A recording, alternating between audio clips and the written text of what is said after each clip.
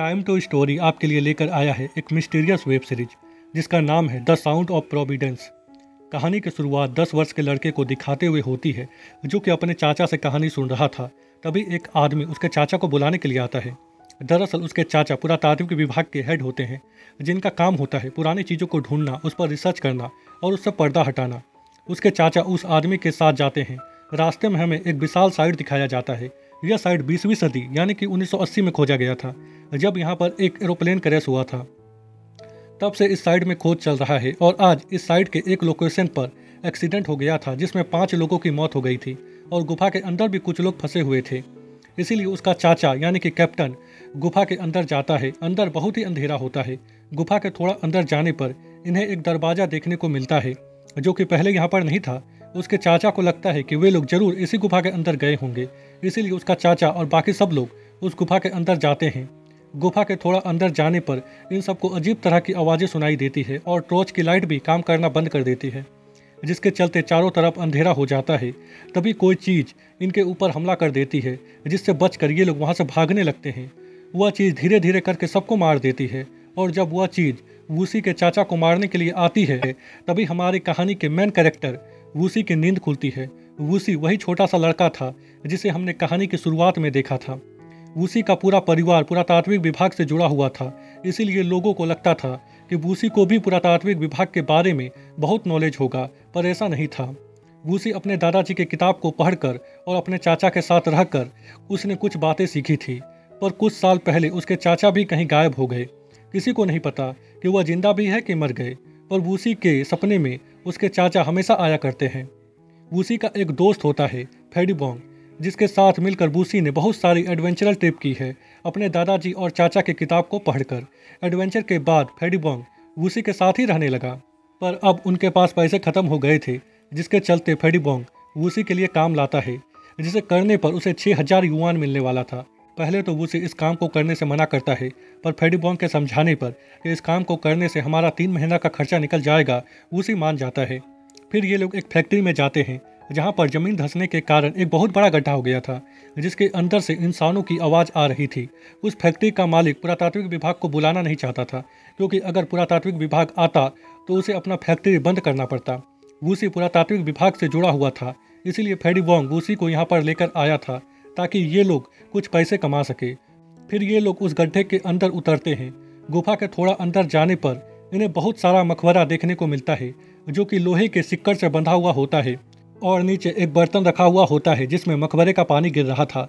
वूसी को भी पता नहीं था कि आखिर मकबरे को ऐसे लटका कर क्यों रखा गया है और मकबरे से पानी क्यों गिर रहा है, पर उसने ऐसा अपने दादाजी के बुक में देखा था।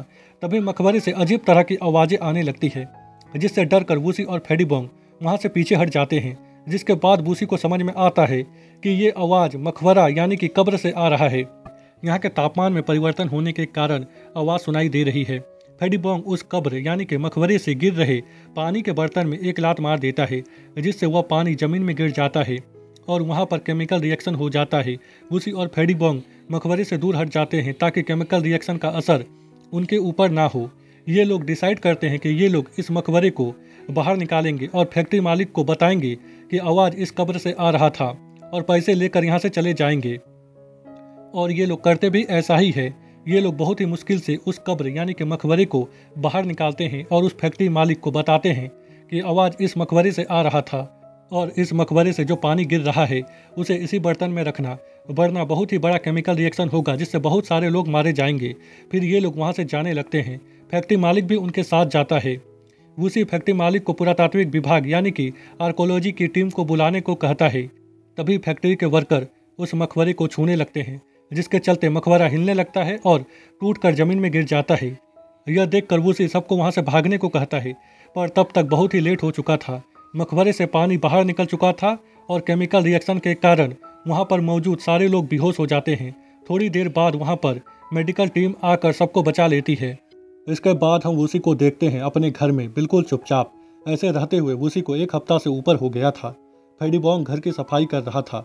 सफाई करते समय उसे वूसी के चाचा का पुराना मोबाइल फ़ोन मिलता है, जिसमें उसके चाचा ने वूसी के लिए मैसेज छोड़ा था। वूसी जब उस मैसेज को पढ़ने वाला होता है तभी फ़ोन स्विच ऑफ हो जाता है। वूसी मोबाइल फ़ोन को चार्ज में लगाकर उस मैसेज को पढ़ता है। वूसी के चाचा ने उसके लिए पजल के रूप में मैसेज भेजा था, जिसे वूसी के अलावा कोई और डिकोड नहीं कर सकता था और उस मैसेज को पढ़ नहीं सकता था। वूसी उस पजल को डिकोड करता है और अपने चाचा के द्वारा भेजे गए मैसेज को पढ़ता है। उसके चाचा ने बचपन में वूसी को इस तरह के पजल को डिकोड करना सिखाया था। उस मैसेज में वूसी को एक म्यूजियम का एड्रेस मिलता है, जिसमें वूसी के चाचा का एक लॉकर होता है जिसका नंबर था 221। उसके चाचा चाहते थे कि वूसी इस म्यूजियम में जाए और उनके बारे में पता करे, जिसके बाद वूसी अपने चाचा, जिससे कि वह बहुत प्यार करता था, उनके बारे में पता करने के लिए उस म्यूजियम में जाने का फैसला करता है। इसके बाद हमें हॉस्पिटल का सीन दिखाया जाता है। जब वूसी हॉस्पिटल में भर्ती था, केमिकल रिएक्शन की घटना होने के बाद तभी उसे पता चलता है कि उसे कैंसर है और वह ज़्यादा से ज़्यादा 6 महीने ही जिंदा रह पाएगा। यह बात सुनने के बाद वूसी का दिल टूट जाता है और अब जब यह बात वूसी को पता है कि उसके चाचा चाहते थे कि वूसी उसे ढूंढे, तो वूसी भी इन 6 महीनों में अपने चाचा को ढूंढना चाहता था। इसीलिए वूसी अगले दिन म्यूजियम में जाने का फैसला करता है। कैंसर वाली बात वूसी अपने जिगरी दोस्त फेडिबोंग को भी नहीं बताता। फिर ये दोनों उस म्यूजियम में जाते हैं जहाँ पर उसके चाचा का लॉकर होता है, जिसका नंबर था 221। ये लोग उस लॉकर को खोलते हैं। उसके अंदर कुछ नहीं होता, वह लॉकर बिल्कुल खाली था। वूसी और फेडिबोंग को कुछ समझ में नहीं आता। तभी फेडिबोंग बोलता है कि शायद इस लॉकर के अंदर जो कुछ भी था वह पहले ही निकल चुका है, पर वूसी को ऐसा नहीं लगता। वो अपना दिमाग लगाता है और उस लॉकर के ऊपर देखता है जहाँ पर एक नंबर लिखा हुआ था 1330। वूसी इस नंबर के बारे में सोच ही रहा था, तभी उसका नज़र एक फाइल में पड़ता है जिसका नंबर होता है 1330। वूसी जब उस फाइल को पढ़ता है तो उसे पता चलता है कि उसके चाचा ने उसके नाम पर एक घर छोड़ा है। फेडिबोंग इस बात को सुनकर बहुत ही खुश हो जाता है। उसे लगता है कि अब वह अमीर होने वाला है। फेडिबोंग वूसी को बोलता है कि जरूर तुम्हारे चाचा ने उस घर में बहुत सारा पैसा और खजाना छोड़ा होगा, पर वूसी को ऐसा नहीं लगता। फिर ये लोग उस घर में जाते हैं। वह घर घने जंगलों के बीचों बीच होता है। फेडिबोंग को लगता है कि यह घर कोई कब्रिस्तान है, पर वूसी उसे बताता है कि यह कोई कब्रिस्तान नहीं बल्कि वेदर स्टेशन है। जब ये लोग उस घर के अंदर जाते हैं तो देखते हैं कि घर का सारा सामान बिखरा पड़ा है। घर की हालत देखकर ऐसा लग रहा था कि बहुत सालों से इस घर के अंदर कोई आया नहीं है। वूसी और फेडिबोंग पूरे घर की तलाशी लेते हैं। तभी फेडिबोंग को अलमारी के पीछे एक दरवाज़ा दिखता है, तो फेडिबोंग और वूसी मिलकर उस अलमारी को हटाते हैं। अलमारी को हटाते ही इन्हें दरवाजे के ऊपर लटका हुआ एक मैप मिलता है और जब ये लोग दरवाजे को खोलकर अंदर जाते हैं तो अंदर इन्हें एक डेड बॉडी देखने को मिलता है जो कि कुर्सी में बैठा हुआ था। जब ये लोग डेड बॉडी के पास जाते हैं तो इन्हें वूसी के चाचा का कुछ सामान मिलता है, एक लाइटर और एक मेडल। इस तरह का मेडल वूसी के परिवार के हर एक सदस्य के पास होता है। यह वूसी का खानदानी मेडल था। वूसी जब लाइटर को पलट कर देखता है तो वूसी को लाइटर में 3 निशान देखने को मिलता है जो कि वूसी ने ही लगाया था बचपन में अपने चाचा के लाइटर में। यह देखकर वूसी को समझ में आ जाता है कि यह डेड बॉडी उसके चाचा का ही है, पर यह बात वूसी मानने के लिए तैयार नहीं था। वह कहता है कि हो सकता है कि यह किसी की चाल हो। यह कहते हुए वूसी पूरे रूम की तलाशी लेने लगता है। फेडिबोंग उसे रोकने की कोशिश करता है। वूसी कहता है कि कुछ देर पहले तक मुझे लग रहा था कि मेरे चाचा जिंदा है, लेकिन अब उनकी लाश मिली है। यह कहते हुए वूसी रोने लगता है। तभी फेडिबोंग को बिस्तर के नीचे बहुत सारा टेप यानी कि केसट मिलता है और जब ये लोग सारे केसट को चेक करते हैं तो उसमें अलग अलग नंबर लिखा हुआ था। फेडिबोंग कहता है कि जरूर तुम्हारे चाचा ने इन सब केसट में कुछ रिकॉर्ड किया होगा। जिसके बाद वूसी और फेडिबोंग दोनों उस डेड बॉडी की तलाशी लेते हैं तो इन्हें एक बटुआ यानी कि पर्स मिलता है और जब ये लोग उस पर्स की तलाशी लेते हैं तो इन्हें एक आइडेंटिटी कार्ड मिलता है जिसमें यांग डाइसोंग नाम लिखा हुआ था। फेडिबोंग कहता है कि यह डेड बॉडी तुम्हारे चाचा का नहीं है, पर वूसी कंफर्म होना चाहता था कि यह डेड बॉडी उसके चाचा का नहीं है। इसीलिए ये लोग फिर से उस डेड बॉडी की तलाशी लेते हैं तो इन्हें एक तस्वीर मिलता है जिसमें उसके चाचा का फोटो तो नहीं होता, पर उसके चाचा के गर्लफ्रेंड का फोटो होता है जो कि तस्वीर में पीछे खड़ी होती है। वूसी को उस आदमी का वर्क परमिट भी मिलता है जिसका नंबर था 044। यह नंबर उस तस्वीर में भी था, जिससे वूसी को विश्वास हो जाता है कि यह डेड बॉडी उसके चाचा का नहीं है। वूसी और फेडिबोंग सारे केसट को अपने घर ले आते हैं और एक एक करके चेक करने लगते हैं। सारे केसट में बिजली को रिकॉर्ड किया गया था। वूसी यह तो समझ जाता है कि यांग डाइसोंग बिजली रिकॉर्ड कर रहा था और बिजली रिकॉर्ड करने में उसने सालों लगा दिया, पर वह बिजली रिकॉर्ड क्यों कर रहा था यह बात वूसी को समझ में नहीं आ रहा था। वह दिन रात केसट में जो बिजली रिकॉर्ड था वह उसी को सुनता रहता था। एक रात जब वूसी बिजली की रिकॉर्डिंग को सुन रहा था तो फेडिबोंग उसे बोलता है कि तुम अपने आप को क्या थौर समझ रहे हो कि हर समय बिजली के रिकॉर्डिंग की आवाज़ को सुनते रहते हो। यह कहते हुए फेडिबोंग टेप रिकॉर्डर को उठाकर वहाँ से जाने लगता है, उसे सोने को कहकर। तभी घर के बाहर बिजली कड़कने की आवाज़ आने लगती है। यह आवाज़ बिल्कुल कैसेट में रिकॉर्डिंग आवाज़ की तरह होता है। वूसी तुरंत टेप रिकॉर्डर को लेकर घर के बाहर निकल जाता है और बारिश में भींजकर बिजली कड़कने की आवाज़ को रिकॉर्ड करता है। और जब वूसी उस साउंड को यांग डाइसोंग के द्वारा रिकॉर्ड किए गए बिजली के साउंड से मिलाता है तो वह पूरी तरह मैच कर जाता है। वूसी फेडिबोंग को बोलता है कि मुझे नहीं पता कि यांग डाइसोंग ने 10 साल पहले यह साउंड क्यों रिकॉर्ड किया था, पर आज के रिकॉर्ड किए गए साउंड से यह साउंड पूरी तरह मिल रहा है। इसका मतलब क्या है? फेडिबोंग बोलता है कि जरूर इस साउंड के फ्रिक्वेंसी में कोई रहस्य छुपा हुआ है जिसे यांग डाइसोंग डिकोड करना चाहता था, और वूसी को समझ में नहीं आ रहा था कि इस रिकॉर्डिंग में कौन सा रहस्य छुपा हुआ है और उसके चाचा क्यों चाहते थे कि वह बिजली को डिकोड करे। तभी फेडिबोंग कहता है कि हमें मंजिले चाचा के पास जाना चाहिए, वह बहुत ही चालाक है, वह इस रिकॉर्डिंग के बारे में हमें ज़रूर कुछ बता पाएंगे। इसके बाद फेडिबोंग और वूसी मंजिले चाचा के पास जाते हैं। उसके चाचा वीडियो गेम खेल रहे थे। वूसी भी अपने चाचा के साथ बैठकर वीडियो गेम खेलने लगता है। तभी उसके चाचा से मिलने के लिए एक आदमी आता है। उसके चाचा इस आदमी को बोलते हैं कि तुमने योन डायनेस्टी का ब्लू एंड वाइट फॉसल बेचकर बहुत सारे पैसे कमाए हैं। वह आदमी इस बात को मानने के लिए तैयार नहीं था। वह कहता है कि जरूर यह काम मेरे आदमियों का होगा। उसी के चाचा कहते हैं कि तुम्हारे पास 2 ऑप्शन हैं, या तो तुम यान डायनेस्टी के साथ मिलकर अपना मैटर सुलझा लो, या फिर इस चाय के कप को अपने सिर में रखकर बाहर तक जाओ। अगर इस चाय के कप से एक भी बूंद पानी नहीं गिरा तो मैं तुम्हारा मैटर सुलझा दूंगा।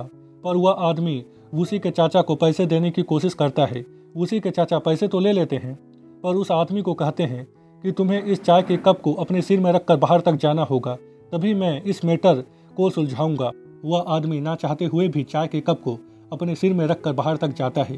इसके बाद हम वूसी को देखते हैं जो कि अपने छोटे चाचा वूसांजी के बारे में अपने मंजिले चाचा को बताने की कोशिश करता है, पर उसके चाचा कहते हैं कि अगर तुम्हारे पास वूसांजी के बारे में कोई जानकारी है तो बताओ।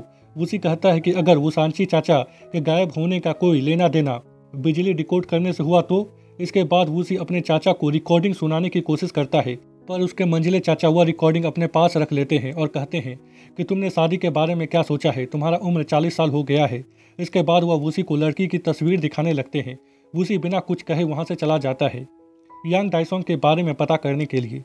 फेडिबोंग भी उसके साथ होता है। पता करते हुए ये लोग यांग डाइसोंग के गांव पहुंच जाते हैं, जहां पर इनकी मुलाकात एक बूढ़े चाचा से होती है जो कि यांग डाइसोंग का फोटो देखकर उसे पहचान लेता है। पर उसके बारे में बूढ़े चाचा को ज़्यादा कुछ पता नहीं होता, सिवाय इतना कि उसका परिवार बाहर से आया था। वूसी के पूछने पर बूढ़ा चाचा वूसी को यांग डाइसोंग का घर दिखाता है जो कि ज़मीन में धंस गया था। बूढ़ा चाचा कहता है कि बहुत सालों से वहाँ पर कोई गया नहीं है और तुम्हें भी नहीं जाना चाहिए। वूसी और फेडिबोंग बूढ़े चाचा की बातों पर ज़्यादा ध्यान नहीं देते और वहाँ पर जाने के लिए निकल पड़ते हैं। दूसरी तरफ हम वूसी के मंजिले चाचा को देखते हैं जो कि उसी वेदर स्टेशन में होते हैं जहाँ पर यांग डाइसोंग की लाश मिली थी। वूसी के चाचा वूसी से ज़्यादा इंटेलिजेंट होते हैं क्योंकि वूसी ने जिस कमरे की तलाशी ली थी वहाँ पर एक और कमरा होता है जिसे वूसी के चाचा तुरंत ढूंढ लेते हैं। उस कमरे में पुरानी भित्ति चित्रों को रिपेयर किया जाता था।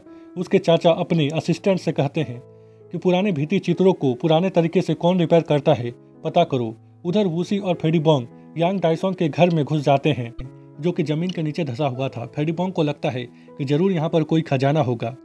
तभी वूसी को वहाँ पर एक मंदिर दिखता है जो कि दीवार के उस पार होता है। वूसी जब उस मंदिर को देखता है तो वह समझ जाता है कि यह मंदिर ज़्यादा पुराना नहीं है। वह फेडिबोंग को कहता है कि तुम्हें यहाँ पर कोई भी खजाना नहीं मिलेगा, तुम्हारे सपनों में पानी फेर गया। और इसी के साथ यह एपिसोड यहीं पर ख़त्म हो जाता है।